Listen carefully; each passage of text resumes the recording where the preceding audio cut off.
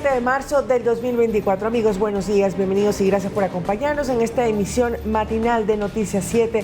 Como siempre, información para ustedes también a través del telégrafo.com.es, ecuadortv.es, en el dial de Pública FM y a través de nuestras redes sociales. Además que tenemos el código QR, los invitamos a escanearlo con su teléfono celular para acceder a toda la información que el telégrafo digital tiene para ustedes. Compañeros, muy buenos días. ¿Cómo están?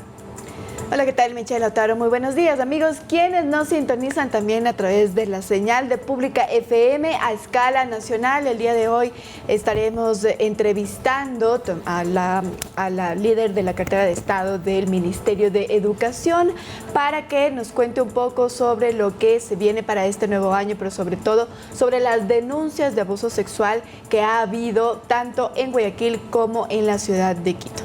Andrea, buenos días. María Mercedes, amigos televidentes. Vamos a continuar hablando del caso Purga porque se ha generado nueva información en las últimas horas, pero además, y perdón que cambie drásticamente de tema, también hemos preparado un reportaje muy interesante para que usted observe en casa sobre la obesidad, principalmente en los niños. ¿Qué tan grave es?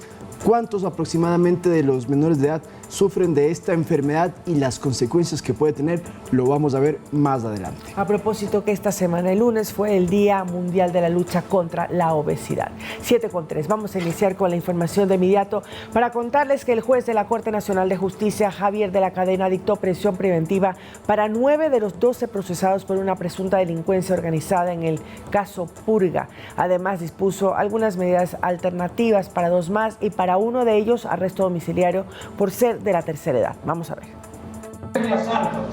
Fue una audiencia maratónica. Más de 15 horas se tomó el juez para analizar el pedido de fiscalía en contra de los hoy procesados por el caso Purga. Entre los investigados constan el ex asambleísta social cristiano Pablo Muentes y la expresidenta de la Corte Provincial de Justicia de Guayas, Fabiola Gallardo. Contra ellos y otras 7 personas, el magistrado dictó prisión preventiva, mientras que la esposa de Muentes y un funcionario de la judicatura deberán cumplir medidas alternativas como la prohibición de salida del país. Por su lado, el juez Reinaldo Ceballos deberá cumplir arresto domiciliario y portar grillete electrónico por ser de la tercera edad. Además, ninguno de los procesados podrá enajenar bienes y tendrán sus cuentas bancarias congeladas. La instrucción fiscal durará 90 días. La fiscal general del Estado, Diana Salazar, pidió al juez nacional que se asegure que los procesados no vayan a celdas donde puedan reunirse con aquellos que están detenidos por el caso Metástasis, que también investiga una trama de delincuencia organizada, mientras los abogados defensores pidieron que se garantice su seguridad y anunciaron que apelarían esa decisión para el traslado a cárceles. El caso Purga, en palabras de la fiscal Diana Salazar, revela la unión entre la corrupción judicial y la delincuencia organizada para la obtención de decisiones judiciales que mantenían en asombro a toda la sociedad. Andrea Orbe, Noticias 7. Confirmamos entonces la información. Los procesados con prisión preventiva del caso Purga han sido trasladados a la cárcel número 4 de Quito, pese al pedido de la Fiscalía de que no sea así, porque allí se encuentran algunos de los procesados del caso Metástasis y no quieren que haya conexión entre ellos y conversaciones. Sobre todo, recordemos que la cárcel 4 es ligeramente distinta a los otros centros de rehabilitación social del país, entonces sería más fácil que puedan hablar y verse entre ellos. Pero hay un tema interesante y recojo información que lo publicó esta mañana Diario La Hora. En la cárcel 4 de Quito hay capacidad para 64 PPL, pero actualmente hay 66, más los 12 que van a llegar, que podrían llegar del caso 9 del caso La Purga, podría entonces generar que ya haya gran cantidad de internos y tengan que ser desplazados, porque es una cárcel que fue realizada en sus inicios para presos políticos principalmente. Hoy en día entonces también le dan este centro de reclusión a diferentes casos de judiciales que se pueden registrar en el país. El Consejo de la Judicatura busca el mecanismo para reemplazar los jueces de la Corte de Justicia del Guayas, quienes están procesados en este caso Purga, aunque no pueden ser inhabilitados hasta que no sean llamados a juicio.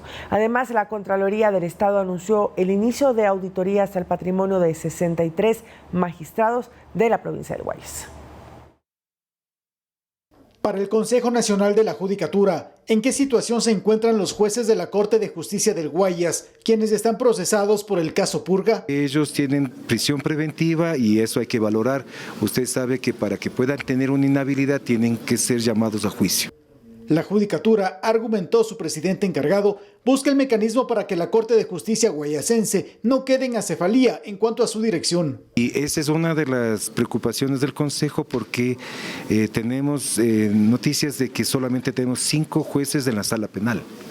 Entonces el Consejo de la Judicatura está tomando como emergencia esa situación y lo que vamos a designar, ojalá acepten los 3 jueces de anticorrupción que están en sala para nombrarlos como jueces temporales, serían 3 más, serían 8 si es que ellos realmente aceptan, ¿no? Según Román, se han tomado correctivos para evitar que fuerzas políticas tengan injerencia en decisiones judiciales. Nombrando directores provinciales que no tienen afinidad política, sino técnica. Las sospechas de la Fiscalía sobre jueces y exmagistrados de la Corte del Guayas motivó la intervención de la Contraloría. Inicialmente se empezará por esta provincia examinando los patrimonios de 63 autoridades judiciales sobre la base de sus declaraciones de bienes presentadas al organismo de control. Todo dinero que ingrese sin justificación ya se presume que hay un enriquecimiento ilícito. Estos exámenes arrancarán en las próximas horas y tomará como máximo 180 días hasta determinar las conclusiones. Sí, nosotros lo que hacemos es contrastar lo que es la declaración de inicio con la final que tenemos. Revisamos todos los recursos que han ingresado a las cuentas de ellos. Recursos así sean, digamos, de 20, 30 dólares, van a decir algunos, pero ¿por qué tan poquito? Esos 30, 40 dólares, si es algo repetitivo, está recibiendo de alguna forma. Tiene que justificarnos todo eso. Al acabar la verificación de sus patrimonios, la Contraloría aplicará el mismo proceso con jueces de otras provincias del país. Javier Ceballos, Noticias 7.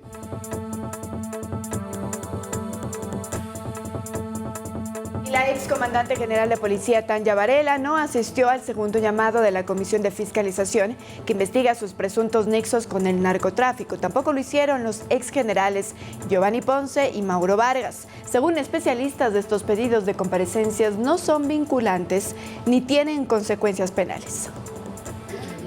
Con molestias y reclamos, inició la sesión de la Comisión de Fiscalización, pues la excomandante general de policía Tanya Varela tampoco asistió al segundo llamado. Esta mesa legislativa investiga los presuntos nexos de Varela con grupos narcotraficantes, tras un informe del Frente Parlamentario Anticorrupción, liderado por el asesinado Fernando Villavicencio. En dicho informe se menciona a Varela como alias La Madrina, quien sería colaboradora de organizaciones narcotraficantes como la mafia albanesa. Según dicho informe, Varela ponía oficiales de confianza en puntos claves para el envío de estupefacientes.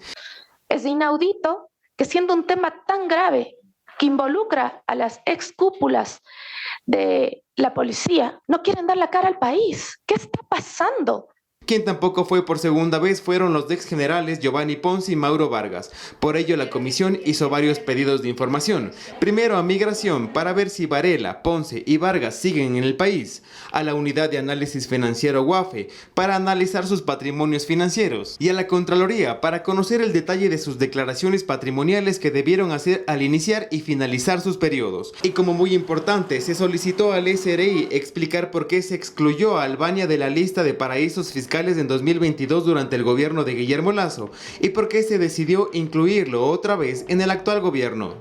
Lamentablemente vemos que hay gente que quiere ocultarle cosas al país. Ojalá el tema judicial pueda ir más allá que esta comisión. Sin embargo, según el constitucionalista Ismael Quintana, estos llamados no son vinculantes ni tienen responsabilidades penales. Que no hay una consecuencia legal o jurídica de que una persona no quiera comparecer por su propia voluntad a la Asamblea Nacional en estos casos. Y tampoco serían sujetos de juicios políticos, pues según la Constitución, ya pasó un año desde el término de sus funciones. Los funcionarios enunciados en el 131 de la Constitución pueden ser sujetos de un juicio político hasta después de un año de haber dejado funciones. Concretamente, Varela no era y por lo tanto tampoco podría ser ahora sujeto de un enjuiciamiento político. Quien sí asistió a la comisión fue el actual comandante general de policía César Zapata, que dijo que existe un proceso investigativo y administrativo en la institución sobre el actuar de Varela, pero los detalles los tratará de forma reservada. Edison Saavedra, Noticias 7. Solo para terminar de aclarar el tema puntual con lo de la Asamblea, es justamente un proceso político lo que se hace. La fiscalización es netamente política, no tiene tampoco consecuencias penales o legales, ya lo hemos escuchado.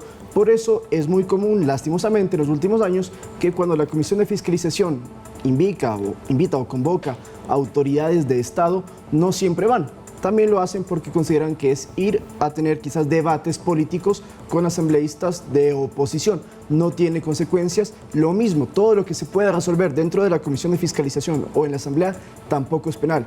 Uno de los ejemplos más claros es cuando hubo el juicio político a Guillermo Lasso, que se sabía podía concluir con su destitución, pero eso finalmente en temas judiciales no iba a tener ninguna consecuencia, y eso ocurriría con Tania Varela, a quien la comisión la ha llamado en 2 ocasiones, pero no está procesada por el caso de León de Troya, que es el que se está investigando. Así es, a pesar de que no tiene unas consecuencias penales, hay que destacar también que la Comisión de Fiscalización es de eso, una comisión de fiscalización, y por ser uno de los poderes del Estado, pues todo funcionario público se compromete a respetar también el trabajo que se hace dentro de la Asamblea Nacional.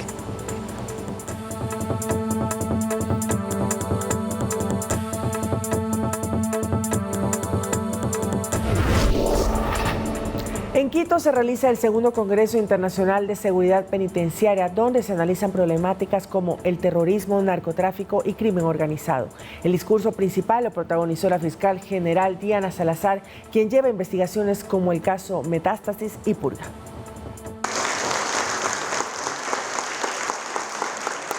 En medio de aplausos y con un fuerte operativo de seguridad, fue recibida la fiscal general del Estado Diana Salazar al segundo Congreso de Consenso Internacional sobre Seguridad Penitenciaria en Ecuador, que este año tiene como sede la capital de la República. En su discurso, Salazar mencionó que durante los últimos años se han unido el crimen organizado y el terrorismo, lo que ha desencadenado niveles de inseguridad nunca antes vistos, pero sobre todo ha hecho visible los nexos que tienen estos grupos con otros sectores como la política. Las organizaciones criminales, y aquí viene el peligro, buscan intervenir todo el espectro del poder público, erosionando la capacidad de los estados para enfrentarlos y sobre todo para sancionarlos.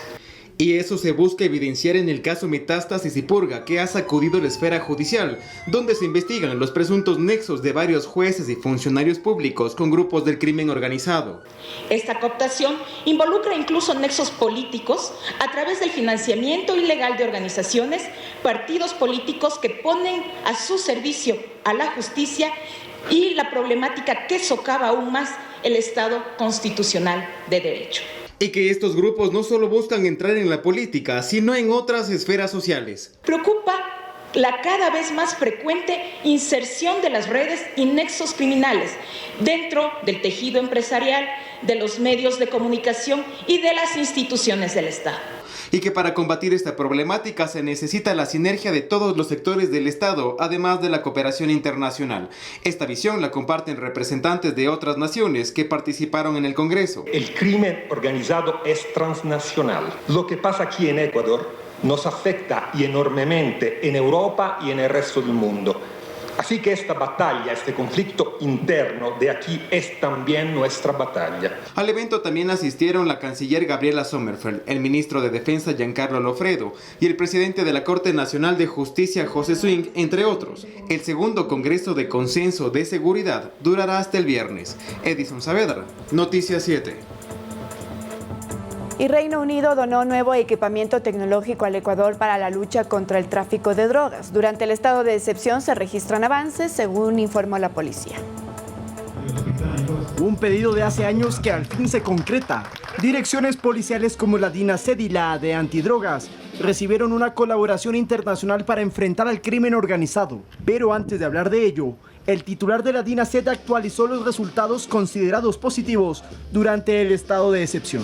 Esa intervención está logrando sus frutos esperados, es decir, tenemos una reducción aproximadamente de 18% de la incidencia de eventos de criminalidad que se están dando en todo el territorio nacional. Según el general Freddy Zarzosa, tras la etapa de disminución de homicidios, debe venir la transformación institucional de la policía. Primeramente, de ser una policía profesional. Segundo, de ser una policía efectiva y sobre todo una policía que tenga una legalidad con respecto al tema de sus actuaciones policiales. En este marco, Este miércoles, en una ceremonia protocolaria, el Reino Unido le hizo una donación de equipamiento tecnológico a las fuerzas del orden. Reino Unido entregó 20 cascos, 20 chalecos de protección, así como 34 drones, 6 escáneres, 2 sistemas de identificación de material peligroso, binoculares y cámaras Sony para la Dirección Nacional Antidrogas. Para las autoridades británicas, estos insumos son su aporte en mermar las actividades delictivas en el Ecuador que repercuten también en su nación. Las donaciones de hoy tienen como objetivo proporcionar apoyo operativo para garantizar su seguridad y mejorar su desempeño. Y es que la droga que se transporta desde nuestro país tiene como destino el mercado inglés, donde en el último año se decomisaron 5.7 toneladas de cocaína valoradas en $500 millones. Es crucial que nos enfocamos en investigaciones clave que aborden las raíces de la grave delincuencia organizada.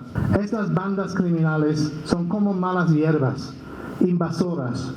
Reino Unido no es el único país que ha hecho donaciones al Ecuador. Recordemos que Francia lo hizo meses atrás y lo mismo Estados Unidos, porque el mensaje ecuatoriano es que esta lucha contra el crimen organizado necesita el apoyo de todo el mundo. Con cámaras de José Luis Guelotuña, Lautaro Andrade Castro, Noticias 7. El bloque de seguridad conformado por policías y militares realizó una nueva intervención en la cárcel regional de Guayaquil. Las incursiones fueron en diferentes pabellones, según anunció la policía. El personal decomisó varios celulares y dosis de drogas. Además, se rescataron más de 50 mascotas que estaban en el entorno carcelario o en poder de las personas privadas de libertad.